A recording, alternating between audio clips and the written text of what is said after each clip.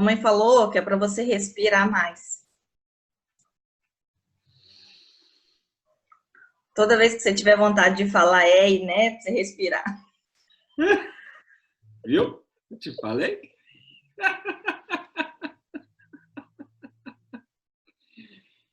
Hum, hum.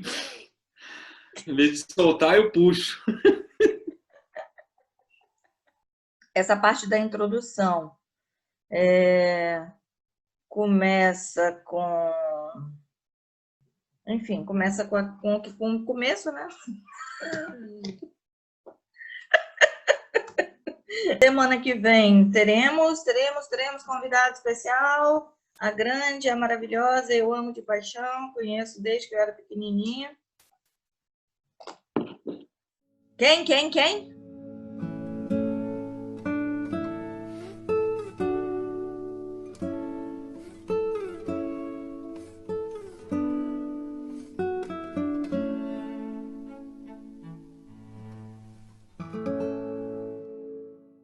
Sejam muito bem-vindos ao nosso 14º episódio de Aprendizes de Joana, com o nosso estudo do livro Psicologia da Gratidão. E hoje começamos o capítulo 4, A Conquista da Plenitude pela Gratidão. Sejam todos bem-vindos! Já lembra de curtir? Depois deixa comentário e bora começar, Daniel!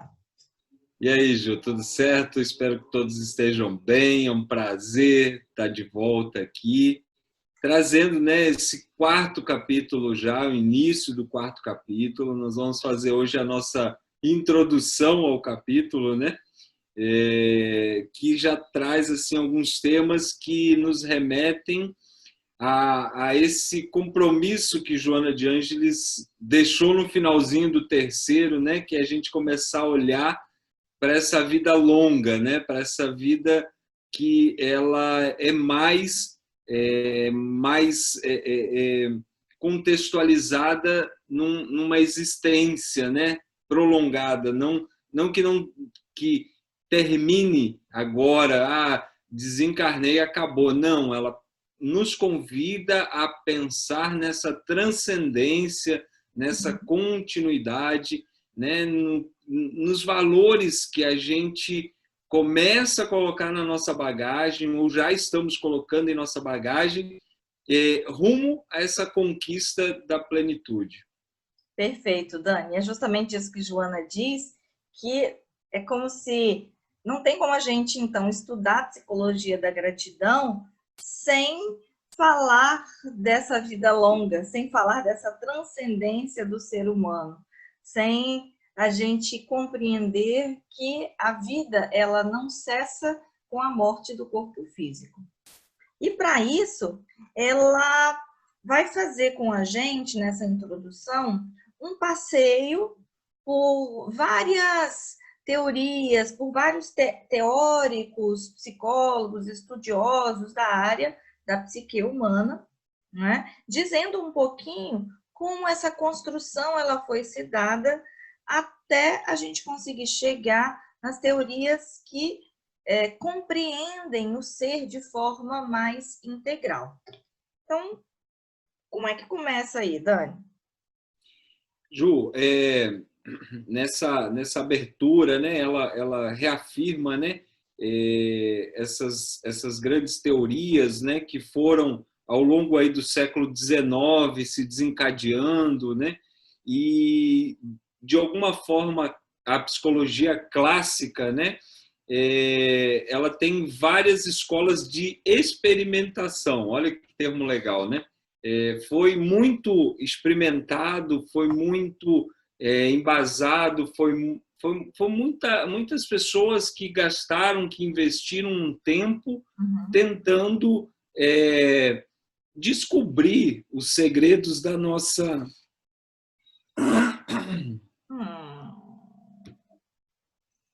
Calma, vamos ter que dar um jeito de cortar agora. Corta nada, menino. Quem sabe faz ao vivo. Continue. Então, dentro da psicologia clássica, muitas teorias, né, foram experimentadas, assim, tentando desvendar esses mistérios da nossa mente maravilhosa, né? Que, se a gente parar para pensar, todo o envolvimento que existe nos nossos pensamentos, a complexidade, não é fácil, né? Por isso que talvez vários teólogos estudiosos vieram trazendo suas teorias. Por exemplo, Pierre Janet traz a tese do automatismo psicológico e reduziu, né, todos os fenômenos a personificações parasitárias, sendo recebida com aplauso por muitos de seus pares. Isso tudo depois do século XIX, né, onde a gente acelerou essa curiosidade sobre a mente humana, né, sobre os nossos pensamentos. Mas eu arriscaria dizer, talvez até fazendo um julgamento, Dani, mas que ele foi recebido com muitos aplausos, porque ele encontrou um nome bonito aí para falar de fenômenos, personificações parasitárias, que na verdade casou muito bem com o preconceito das pessoas, dos sensitivos, das pessoas que tinham mediunidade, das manifestações mediúnicas, que eram considerados pessoas até psicopatas, pessoas que tinham estados de consciência alterada.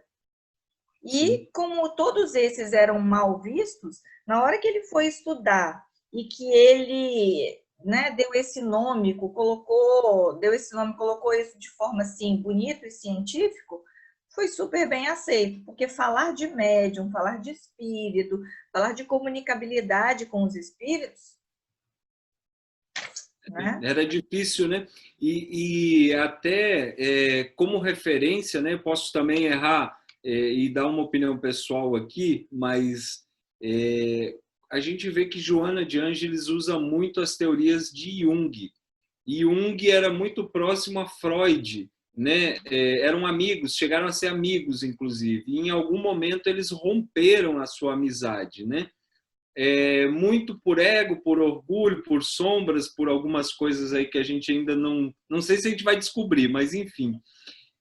Mas também me parece, aí uma opinião minha, que Jung tinha essa leveza de considerar algo mais do que na época não era possível se constatar cientificamente, né? Que eram esses estágios da influência dos espíritos, não do espírito em si, como a gente vê dentro do espiritismo, mas ele dizia que existia algo mais, que tinha alguma coisa que complementava a nossa psique humana, né? E aí até já na sequência, não sei se eu vou saber pronunciar direito, mas vamos lá. Ainda bem que ficou para você. Dr. Flournoy. Deve ser por aí. Eu não faria melhor. Que estudou Ellen Smith, né? E constatou a sua mediunidade. E também recorreu às explicações incapazes de enquadrar com segurança os múltiplos fenômenos observados. Depois, Frederick, por sua vez, constatando a realidade da fenomenologia mediúnica. Que é isso, gente? Especialmente por meio da senhora Newham, que teve a coragem de afirmar que as comunicações não afetavam o estado normal das pessoas. Pois é. E passaram muitos estudiosos, né? Alguns, digamos, fugiram da questão da espiritualidade, outros encontraram nomes, definições. E a verdade é que, com o advento da psicologia transpessoal, já coisa bem recente, que veio de Maslow, Kubler-Ross, até Viktor Frankl, ele foi um dos que influenciou esse pensamento, essa corrente também. Viktor Frankl é aquele que tem a teoria que fala do sentido da vida, tem aquele livro belíssimo, Dani, né? Ele viveu nos campos de concentração. E então essa teoria com a psicologia transpessoal é que a gente começa a compreender então o ser como integral, ou seja, não existe apenas corpo físico, mas existe espírito, existe alma também. Finalzinho da página 81, eu acho que é a frase-chave que vira da teoria para a transcendência, assim, já mais dentro da explicação de Joana de Ângeles no livro, né? Cada ser humano é um cosmo específico, cuja origem perde-se nos penetrais do infinito. Então, veio trazendo toda essa carga de teoria, toda essa carga de busca por uma explicação, né? E ela vem e faz o laço do pacote de presente, né? Tome, esse é o presente. Perfeito. E continuando, porque uma das, talvez a riqueza maior para dar essa fundamentação, o embasamento para esse estudo da psicologia da gratidão, ela começa aqui nas páginas 82 e 83, onde ela explica, Joana de Ângeles explica que a perspectiva da transcendência, que é, né, esse ver o homem para além do corpo físico, oferece ao ser humano um significado igualmente grandioso, porque não encerra seu ciclo evolutivo quando lhe sucede a morte. Ou seja, já começa a trazer a importância de enxergar para além e o ciclo evolutivo, né? Chave 2. Essa visão imortalista igualmente produz o amadurecimento psicológico, enriquecendo o indivíduo de segurança moral, de identificação com a vida, superando as crises existenciais. De manhã, assim, o negócio está meio travado. Existenciais que já não o perturbam. Então, perceba só, quando conseguimos desenvolver essa visão de continuidade, essa visão da transcendência, muitas coisas na nossa vida se ajeitam, né? Ou vão tomando forma. A gente consegue enxergar com mais segurança, ter reafirmado os nossos conceitos morais, né? Olha quanta coisa que nos perturba no dia a dia começa a ganhar nome e sobrenome, né? Como ego, como self, como sombras. A gente começa a ter essa visão do nosso interior, né? De conseguir olhar para dentro, como se fosse assim, opa, não acaba logo ali, né? Eu preciso me preocupar mais, porque existe uma continuidade na nossa existência. E também o compreender de onde estamos, por que estamos, as coisas que nos acontecem, não é, Dani? E Joana vai dizer que a ignorância a respeito do ser integral, justamente da gente, quando a gente ignora, quando a gente não conhece efetivamente a nossa verdadeira vida, o que somos espíritos, que estamos aqui, não é, em uma encarnação, que não somos, né, nessa totalidade, como se nesse único existir, essa ignorância ela vai responder justamente por uma série de conflitos, como o medo, como a ansiedade, como as incertezas, a falta de objetivo existencial. Porque imagina como realmente, não sei nem a palavra, constrangedor, ou quando eu me vejo nessa vida presa e aí o que é a morte? O que vai acontecer? Eu não sei nada do depois, fica tudo escuro e acabou. De onde eu vim, para onde eu vou. Da ansiedade mesmo, eu não sei o que tem amanhã. E aí, essa fala me trouxe um sentimento, Ju, de algumas coisas que a gente acaba ouvindo no dia a dia, né? Como a falta do interesse pela vida, né? Esse olhar gratulatório pelo que a gente tem na nossa vida. Então, percebe como as coisas vão ficando apertadas quando a gente não tem esse senso da continuidade, né? De mais existências, de estarmos conectados a algo maior, né? A um infinito maior, a ser parte de um todo, não apenas de um grãozinho de areia. Ah, eu tenho minha existência, quando cessa, cessa, quando acaba, acaba, né? A gente precisa ter na nossa mente essa perspectiva de continuidade, que aí a gente vai entender que vale a pena muito a gente se autoconhecer, a gente se autorrealizar, a gente buscar a nossa evolução, a nossa melhoria contínua. Sim. E vale tanto a pena a gente ler todo esse final, né, Dani? Me segurei.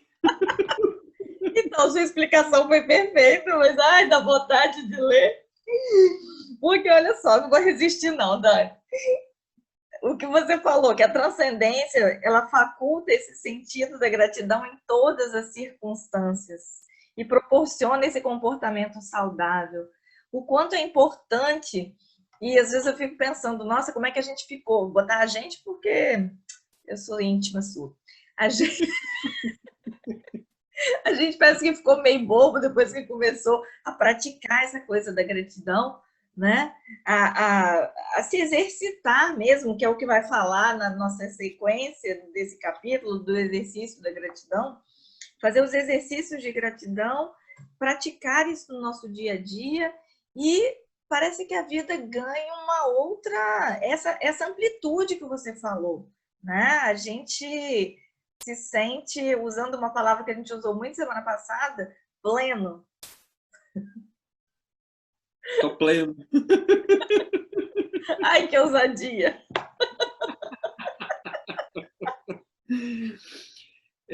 Mas olha, isso que você está falando está no penúltimo capítulo da página 83 desse item inicial.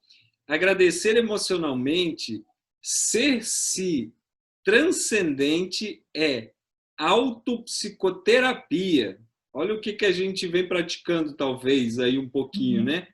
Autopsicoterapia de otimismo que liberta o narciso interno da sua imagem irreal, diluindo a síndrome enganosa de Peter Pan.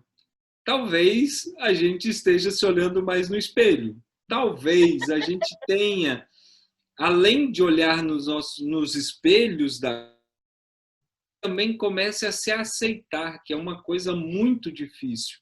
A gente se aceitar com as nossas imperfeições, olhar para aquilo que ainda nós precisamos trabalhar para construir um ser integral, como é o convite aqui nesse item, né? Perfeito. E aí, finalizando, ela vai dizer, né? Não mais doenças nem estados doentes no indivíduo que se encontrou a si mesmo, que se descobriu imortal e avança no rumo da sua plenitude. Ou seja, como é importante a gente fazer essa descoberta, a descoberta da imortalidade, a descoberta de que vivemos, de que somos espíritos, não é? De que estamos nessa trajetória da vida e que por isso precisamos ter objetivos que não sejam efêmeros, que não sejam das coisas materiais que não nos acompanham, não é isso, Dani? Ju, tem uma coisa que eu fico me coçando, né? Porque a gente tem tempo, mas vamos lá. Hoje a gente prometeu que a gente ia ser mais rápido, tá? Tá, é rápido, 30 minutos só. A gente não está fazendo um programa para, entre aspas, para pessoas que já têm um contexto já doutrinário, mais ou menos encaminhado na doutrina espírita.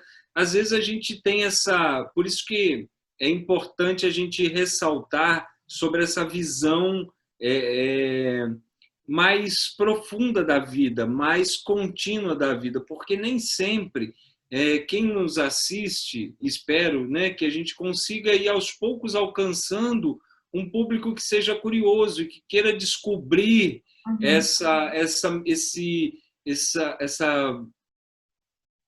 coisa linda que é a gratidão. Me fugiu até os adjetivos aqui.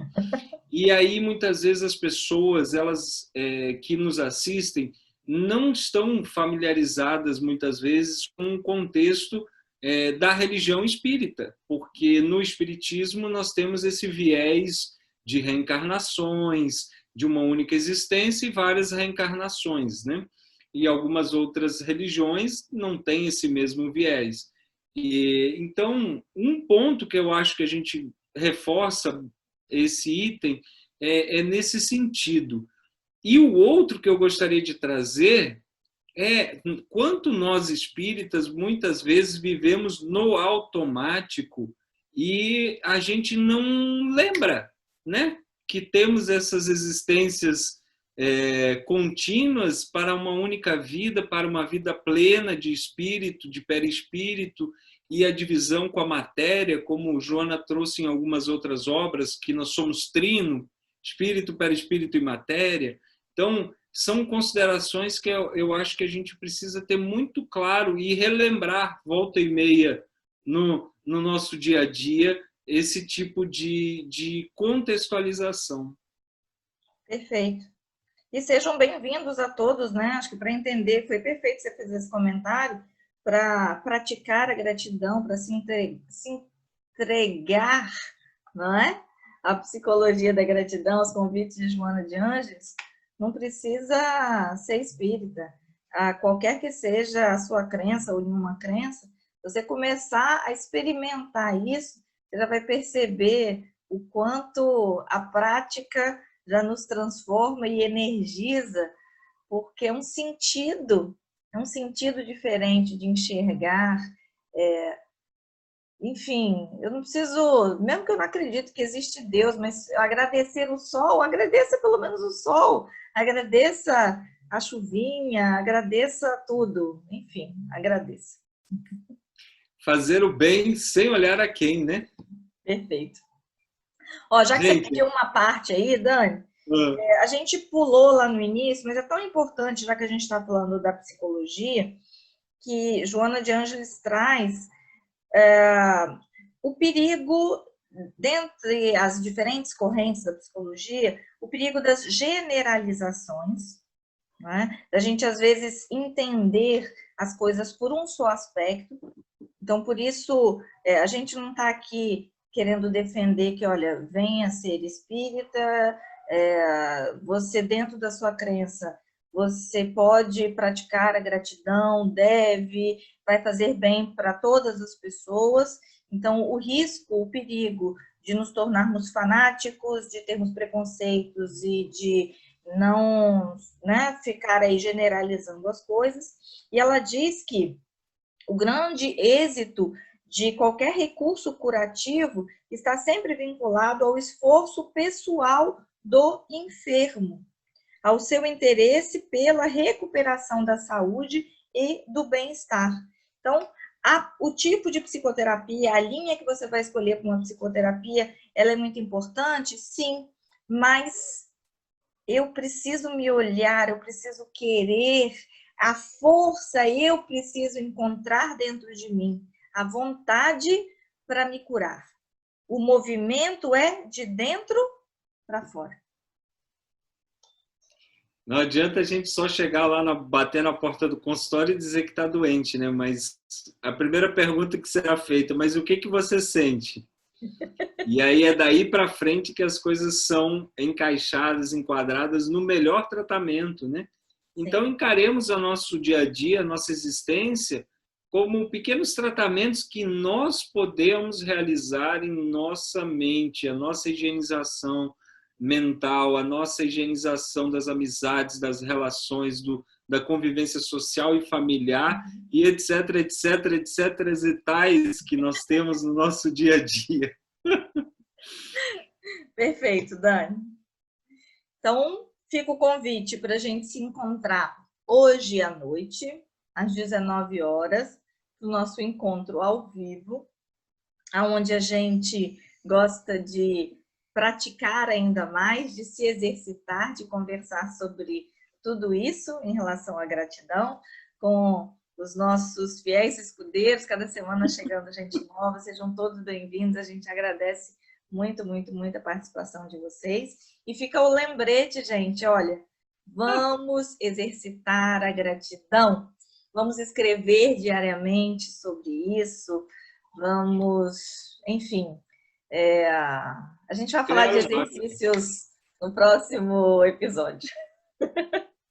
Gente, grande beijo, fiquem com Deus e nos cortem na live, porque senão a gente vai continuar.